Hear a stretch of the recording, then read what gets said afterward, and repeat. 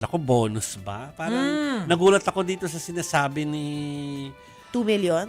Feeling ko wala dito, no, sa babasahin ko. Pero sige ha, sabihin ko na meron ng malaking storya na teased to mga editors natin kanina sa Storycon. Pero tingnan nyo lang yung buong statement, ano, yung kay Toby. Panoorin nyo lang. Pero sinasabi niya doon na tuwing may break, ay merong bonus na tinatawag. Pero I think it's really for the purpose of hindi ko sila dinedefend ha.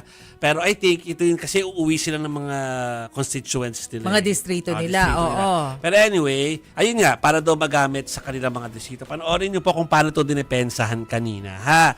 Nandun po yan sa aming Facebook at YouTube po ng One News Storycon. Pero itinatanggi po ni Bicol Saro Party List Representative Terry Redon yung aligasyon ni Congressman Leandro Leviste. Lagi sa akin yung ina-assign to, ha? Nakatanggap daw ng 2 million pesos na Christmas bonus sa mga mambabatas. Yan ay matapos i-ratify ang 2026 national budget. Giti Redon, ang naturang pondo ay bahagi ng maintenance at iba pang operating expense or MOOE. Nakalaan daw ang mga ito para sa mga opisyal na aktibidad at hindi para sa personal. Wala rin kinalaman ng pagboto sa panukala sa paglalabas daw ng budget.